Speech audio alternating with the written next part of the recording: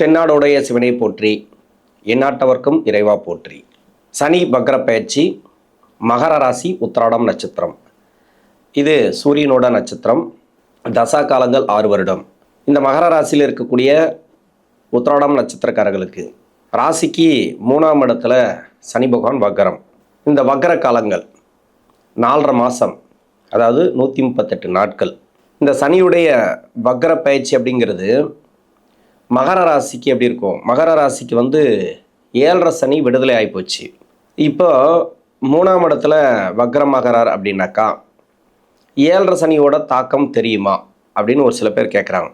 7.5 சனியோட தாக்கமெல்லாம் தெரியாது. இப்போ 2025 ஒரு சனி வக்ரமானார். அப்போது கும்பராசியோட கனெக்ட் ஆச்சு. இப்போ மீன ராசியில் மட்டும்தான் இருக்கார். உங்களுக்கு 7.5 சனியோட தாக்கமெல்லாம் இல்லை. என்னென்னா தசா புத்தி சரியில்லை அப்படின்ற பட்சத்தில் ஒரு சில பேருக்கு மட்டும் அந்த தாக்கம் தெரிய ஆரம்பிக்கும். அது 7.5 சனி மாதிரி இருக்காது, தடை தாமதங்களை கொடுக்கும்.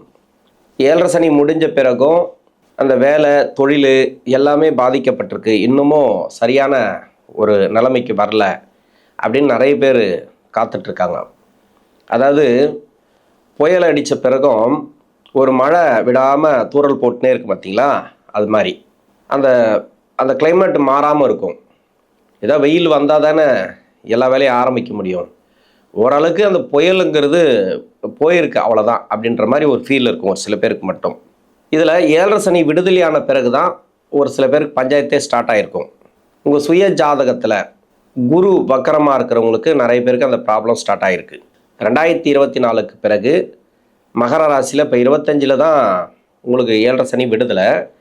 ஆனால் 2024 இருந்து தான் எனக்கு சரியில்லை, அதுக்கு முன்னாடி ஜென்ம சனியெல்லாம் பரவாயில்லைங்க, 7.5 சனி நல்லாவே போச்சு அப்படின்லாம் ஒரு சில பேர் சொல்லியிருக்காங்க. 24 அந்த பூரட்டாதி நட்சத்திரத்தில் போகும்போது சனி அந்த வக்ரமாகன கிரகத்தை பார்த்துருக்கிறார். அவங்களுக்கு நிறைய பாதிப்புகளை கொடுத்துருக்கு. சுய ஜாதகத்தில் 4ஆம் அதிபதி வக்ரம், இன்னொன்று கேட்டை நட்சத்திரத்தில் ஒரு கிரகம் இருக்கும், கார்த்திகை நட்சத்திரத்தில் ஒரு கிரகம் இருக்கும். அந்த கிரகங்கள்லாம் வக்கர கிரகமாக இருக்கும், அதாவது சுய ஜாதகத்தில் வக்கரமாக இருக்கும். அது மாதிரியான டைமில் மகர ராசிக்கு நிறைய பேருக்கு ப்ராப்ளம் ஸ்டார்ட் ஆச்சு. நல்லா இருக்கிறவங்களுக்கெல்லாம் உடனே ஒரு ப்ராப்ளம் ஸ்டார்ட் ஆச்சு. அது வேலை ரீதியாக, தொழில் ரீதியாக, அவங்கவுங்க இருக்கிற இடத்த பொறுத்து. எந்த இடத்துல பொருளாதாரம் அப்படிங்கிறது வருதோ, பணம் வருதோ, ஒரு வேலையில் இல்லைனா தொழிலில், அது மாதிரியான இடங்களில் கொஞ்சம் டிஸ்டர்ப் கொடுத்துருக்கும். அதுலேருந்து எனக்கு சரியில்லை சார், எனக்கு வேலை சரியில்லை, மேல் அதிகாரி மாறியிருப்பாங்க. அந்த மேலதிகாரி மாறின பிறகு எனக்கு எல்லாமே மிஸ் அண்டர்ஸ்டாண்டிங்கில் இருக்குது. இன்னொன்று வேலை ரீதியாக கொஞ்சம் சிக்கல் போயிட்டுருக்கு, எப்போ போகும் எப்போ என்ன ஆகுன்னு எனக்கு தெரியல, அந்த லெவலுக்கு இருக்குது. அது மாதிரிலாம் நடந்திருக்கு. அதெல்லாம் இப்போ சரியாகும். ஏன்னா சனி வக்ரம் அப்படிங்கிறது என்னன்னாக்கா 2 நட்சத்திரத்தில் வக்ரமாகிறார். 3ஆம் இடத்துல ரேவதி நட்சத்திரம் 2ஆம் பாதத்திலிருந்து உத்திரட்டாதி நட்சத்திரம் 2ஆம் பாதம் வரைக்கும். இப்போ ரேவதி நட்சத்திரம் அப்படின்னாக்கா ராசிக்கு 6ஆம் அதிபதினு சொல்லக்கூடியவர் புதன், பாக்கியாதிபதினு சொல்லக்கூடியவர், 6, 9 கூடைய கிரகம். யோகாதிபதியோட நட்சத்திரத்தில் தான் சனி வக்ரமாகிறார். அப்படியே பின்னோக்கி வர மாதிரி ஒரு மாயத்தோற்றம். ஆனால் அந்த நட்சத்திரத்தை டச் பண்ணுவார். எப்படி பார்த்தாலும் உத்திரட்டாதி நட்சத்திரம், அந்த உத்திரட்டாதி நட்சத்திரம் ராசியாதிபதினு சொல்லக்கூடிய சனி, 2ஆம் அதிபதினு சொல்லக்கூடிய சனி, அவர் சொந்த நட்சத்திரத்தில் வக்ரமாகிறார்.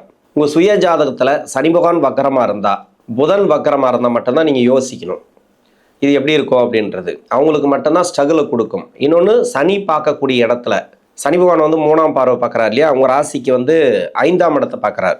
5ஆம் இடத்துல பாக்கியஸ்தானத்துக்கு, இன்னொன்று விரயஸ்தானத்துக்கு, இது மாதிரியான இடங்களில் இந்த வக்ர கிரகங்கள் இருந்தால் அதுக்குண்டான காரகத்துவம் பாதிக்கப்படும். இப்போ சனி நகரக்கூடிய இடத்துலையும் ஒரு 2-3 கிரகம் இருக்கலாம், சனி பார்க்கக்கூடிய இடத்துல 2-3 கிரகங்கள் இருக்கலாம். இது மாதிரி இருந்துச்சுன்னா மட்டும்தான் உங்களுக்கு என்ன சூழ்நிலையில் இருக்கிறீங்களோ, ஏன்னா என்ன கிரகம் இருக்குது அப்படிங்கிறது உங்கள் சுய ஜாதகம் சொல்லணும். அந்த சுய ஜாதகத்தை பொறுத்து அந்த காரகத்துவம் பாதிக்கப்படும்.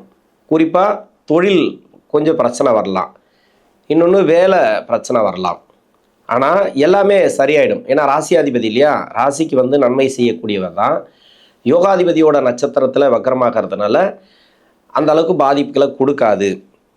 இப்போ தசா புத்தி ரீதியாக பார்த்தோமானால் உத்திராட நட்சத்திரக்காரர்களுக்கு இப்போ தசை அப்படின்னாக்கா 6 வருடம் சூரியனோட தசை.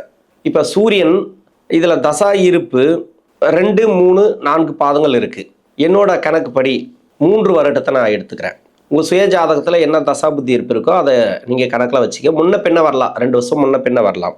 இப்போ 3 வயசு வரைக்கும் சூரிய தசை வந்தால் பிறகு 10 வருடங்கள் சந்திர தசை. 3 + 10 13. 13 வயசு வரைக்கும் சந்திர தசை நடப்பில் வந்துடும். அதன் பிறகு 7 வருடங்கள் செவ்வாய் தசை. 13 + 7 20. 20 வயசு வரைக்கும் செவ்வாய் தசை வரும். இப்போ 20 வயசுக்குள்ளே, இப்போ 20 22 வயசு வரைக்கும் பொதுவாகவே எடுத்துப்போம். அதன் பிறகு பார்த்தீங்கன்னாக்கா ஒவ்வொரு பாதத்துக்கும் என்னென்ன தசை நடக்குதுன்னு நான் சொல்கிறேன். என்னென்னா, இந்த படிக்கிற காலகட்டத்தில் என்ன மாதிரியான தசைகள் வந்தாலும் உங்களுக்கு ப்ராப்ளத்தை பெருசாக கொடுக்காது. ஏன்னா அப்பா அம்மாவுடைய அரவணைப்பில் இருக்கிறீங்க, அவங்க வந்து எல்லாத்தையும் பார்த்துப்பாங்க. நீங்கள் வந்து ஒரு வட்டத்துக்குள்ளே இருக்கிறீங்க படிக்கிற காலகட்டத்தில், அதனால் வந்து பெரிய பாதிப்புகளை கொடுக்காது. ஒரு சில பேருக்கு மட்டும் 7.5 சனியில் நிறைய தாக்கத்தை ஏற்படுத்தியிருக்கும். யாராருக்கெல்லாம் அப்படின்னாக்கா, வீட்டில் யாருக்காவது 7.5 சனி, அஷ்டம சனி, சனி தசை இது மாதிரி போச்சுனாக்கா ஏருக்கு மாறாக இருக்கும். எல்லாமே வந்து நீங்கள் சொல்கிறத அவங்க கேட்க மாட்டாங்க, அவங்க சொல்கிறத நீங்கள் கேட்க மாட்டீங்க. வித்தியாசமாகவே இருக்கும். சண்டை சச்சரவு இது மாதிரி நிறைய ஏதோ ஒரு சூனியை வச்ச மாதிரி இருக்கும். பில்லி சூனியை ஏவல்லாம் சொல்கிறாங்க இல்லையா, அது மாதிரி யாரோ செஞ்சு வச்சுட்டாங்க, குடும்பத்தில் வந்து கஷ்டத்தை கொடுக்குற மாதிரி செஞ்சு வச்சுட்டாங்க, அது மாதிரி இருக்கும். அது 7.5 சனி பொதுவாகவே நீங்கள் இதுக்கு முன்னாடி உங்களுக்கு 7.5 போயிட்டுருக்கு அப்படின்னாக்கா எந்த வயசில் வேணா இருக்குது. மகர ராசி உத்திராட நட்சத்திரக்காரர்கள் எந்த வயசில் இருந்தாலும் சரி, உங்களுக்கு 7.5 சனி நடக்குதுன்னா வீட்டில் அடிஷனலாக ஒருத்தருக்கு 7.5 சனி நடக்கும், இல்லை இன்னொருத்தருக்கு 7.5 சனி நடக்கும். அப்படி இல்லைனாக்கா, இப்போ மகர ராசியில் இருக்கிறீங்க அப்படின்னாக்கா கும்பராசியில் ஒருத்தர் இருப்பாங்க, அப்படி இல்லைனாக்கா தனுசில் ஒருத்தர் இருப்பாங்க, இன்னொன்று கடகராசியில் இருப்பாங்க. ஏன்னா அஷ்டம சனி இல்லையா, அதில் இருக்கும்போது இது மாதிரியான நபர்கள் வீட்டில் இருக்கும்போது அஷ்டம சனி 7.5 சனி இப்படி கலப்படமாக போயிட்டே இருக்கும். இவங்களுக்கெல்லாம் நிறைய கஷ்டங்களை அனுபவிச்சிருப்பீங்க. இது மாதிரியான இருக்கக்கூடிய நபர்கள் உங்களுக்கு மட்டும்தான் 7.5 சனி போயிட்டுருக்கு அப்படின்னாக்கா எனக்கு தெரிஞ்சு நல்லாவே இருக்கும், இப்போதைக்கு பரவாயில்ல, வேலை வாய்ப்பு தொழில் அப்படின்ட்டு. அடிஷ்னலாக ஒருத்தருக்கு 7.5 சனி போயிட்டுருக்கு அப்படின்னாக்கா தொழில் வேலை வாய்ப்பு எல்லாமே பாதித்து நிறைய கஷ்டப்பட சூழ்நிலையில் இருப்பீங்க. அதனால் படிக்கிற காலகட்டத்தில் பொதுவாகவே வீட்டில் யாருக்காவது 7.5 சனி போனால் தான் பிரச்சனை. உங்களுக்கு மட்டுமே அப்படின்னாக்கா ஒன்றும் பிரச்சனை இல்லை. இப்போ 7.5 சனி விடுதலை ஆகிடுச்சு, அதை பற்றி நம்ம பேச போகிறதில்ல. நல்லாவே இருக்கும் அந்த படிக்கிற காலகட்டம் அப்படிங்கிறது, நல்லாவே இருக்கும். என்னை பொறுத்த வரைக்கும் மகர ராசிக்கு அடுத்தடுத்து வரக்கூடிய தசைகள் வந்து ராஜகிரக தசைகள். இப்போது செவ்வாய் தசை பற்றி பேசிகிட்டு இருக்கேன். அடுத்து ராகு தசை 18 வருடம், அதுக்கு அடுத்து வந்து குரு தசை, அதுக்கப்புறம் சனி தசை.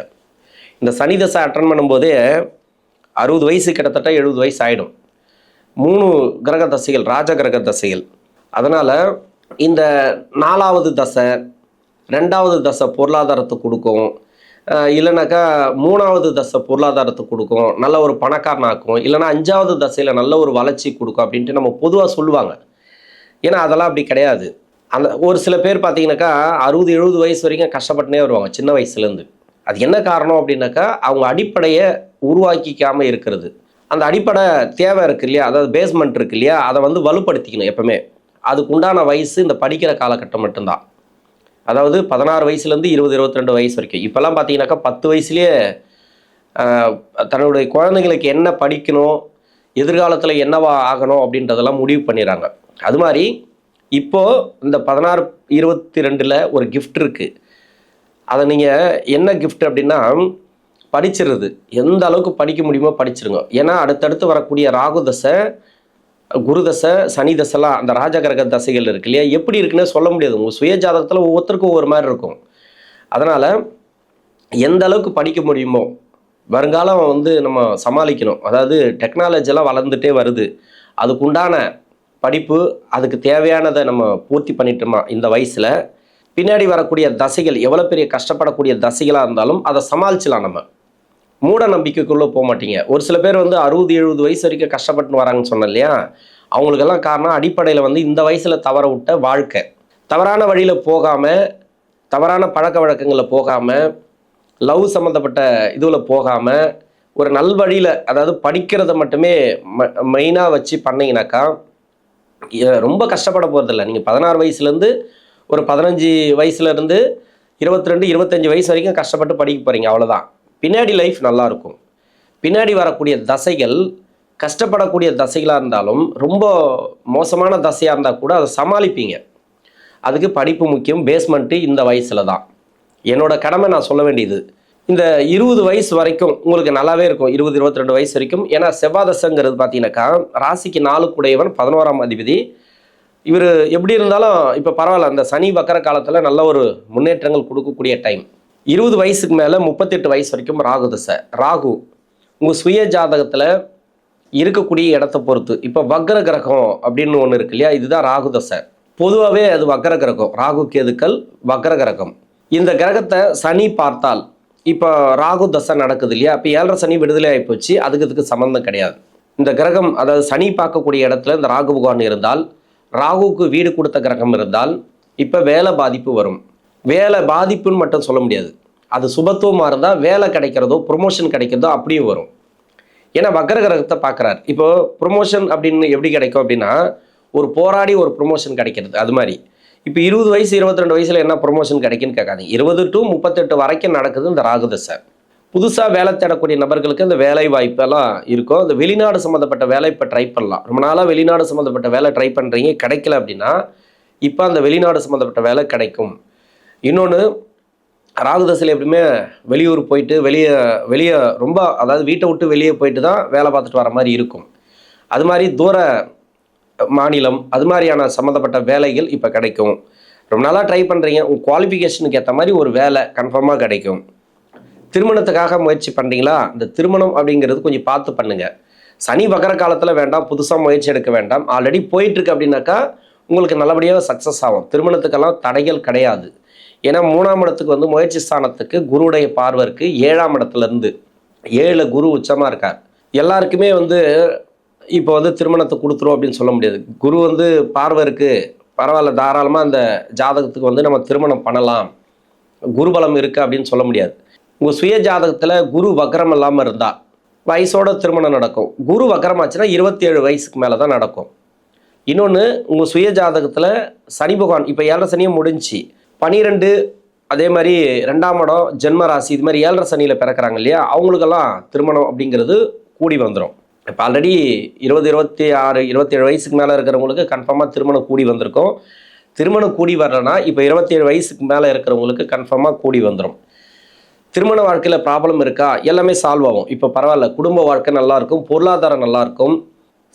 இந்த சனி பகவான் வந்து வக்கரமாகக்கூடிய காலத்தில், ஏன்னா ராசி அதிபதினு சொல்லக்கூடியவர் இவர் 3ஆம் இடத்துல வக்கரமாகிறார்.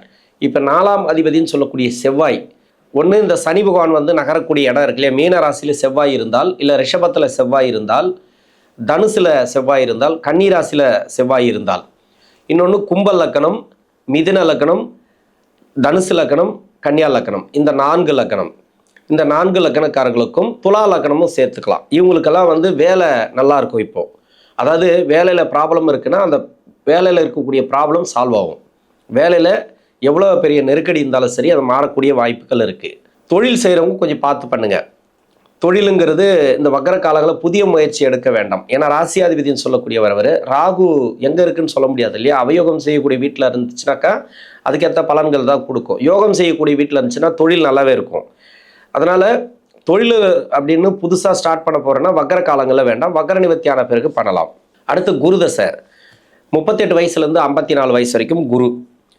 மகர ராசிக்கு குரு தசை நன்மை செய்யாது. விரையாதிபதி 3 குடைய கிரகம். இப்போ 7ஆம் இடத்துலேருந்து உங்கள் ராசியை பார்த்துட்ருக்காரு. இன்னொன்று வக்ரமாகக்கூடிய சனியும் 9ஆம் பார்வையாக பார்க்குறாரு. இது எல்லாமே சிறப்பு தான் ஒரு வகையில். கோச்சாரத்தில் வந்து சுபகிரகம் ராசியை பார்க்கறது தெளிவான முடிவு எடுப்பீங்க, தெளிவான ஒரு தன்னம்பிக்கை பிறக்கும் உங்களுக்கு. நீங்கள் எடுக்கக்கூடிய முயற்சிகளுக்கு வெற்றி வாய்ப்பு கொடுக்கும், தடைகளை கொடுக்காது, முயற்சிகளுக்கு தடையை கொடுக்காது. ஒரு சில காலமாக வந்து முயற்சி ஸ்தானாதிபதி மறைஸ்தானத்தில் இருக்கிறதுனால நிறைய ப்ராப்ளத்தை நீங்கள் அனுபவிச்சிருக்கலாம் கோச்சார ரீதியாக. ஆனால் அந்த முயற்சி ஸ்தானாதிபதியோட தசை கோச்சார ரீதியாக உச்சமாகி ராசியை பார்க்கறது வக்ர காலங்களில் ஒரு சில மாற்றங்களை கொடுக்கும். வேலையில் இருக்கக்கூடிய நெருக்கடிகள் 2024க்கு பிறகு நிறைய பேருக்கு வந்து வேலை ரீதியாக நிறைய பிரச்சனைகள் இருக்குது. அந்த பிரச்சனைகள் சால்வ் ஆகும் வேலை ரீதியாக. தொழிலில் இருக்கிறவங்க மட்டும் கொஞ்சம் கவனமாக பண்ணணும். ஏன்னா இந்த மகர ராசிக்கு மகர லக்னத்துக்கு இதேமாரி துலா லக்னம் எடுத்துக்கலாம், ரிஷப லக்னம் எடுத்துக்கலாம்.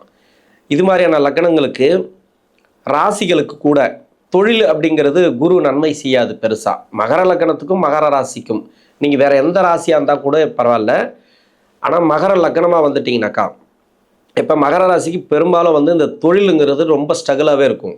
ஏன்னா குரு தசையில் அது சொல்கிறேன், குரு தசைங்கிறது ரொம்ப ஸ்ட்ரகிள் கொடுத்துனே இருக்கும். நீங்கள் ஒரு நாள் வருமானம் வரும், ஒரு நாள் வருமானம் வராது.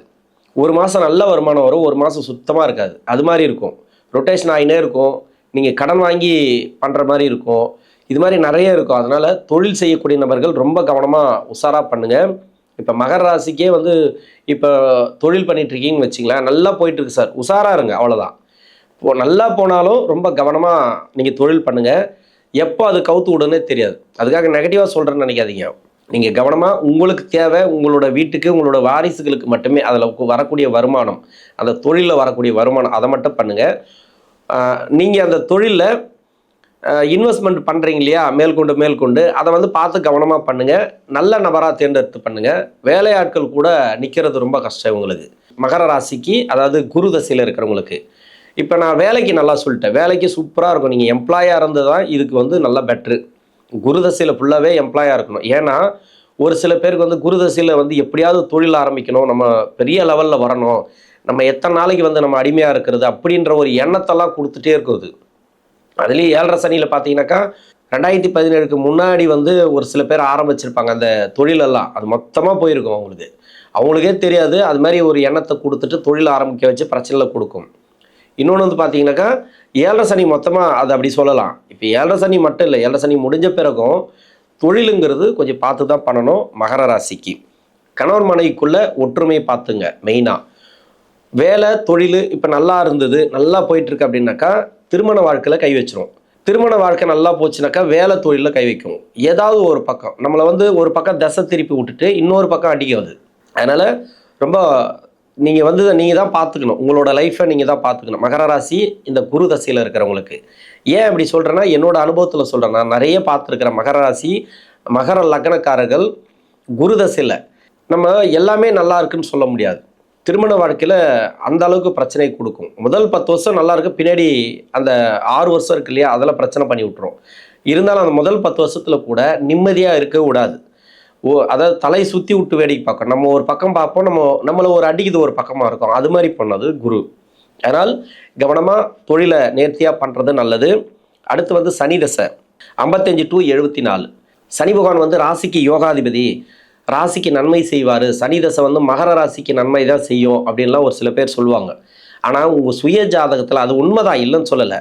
உங்கள் சுய ஜாதகத்தில் சனி பகவான் வந்து 3, 6, 8, 12 ஆகிய இடங்களில் மறைவு ஸ்தானத்தில் இருந்து தசை பண்ணால், இன்னொன்று ராகு கேதுவோட மிக நெருக்கமாக இருந்து தசை பண்ணால் எப்படி நன்மை செய்யும்?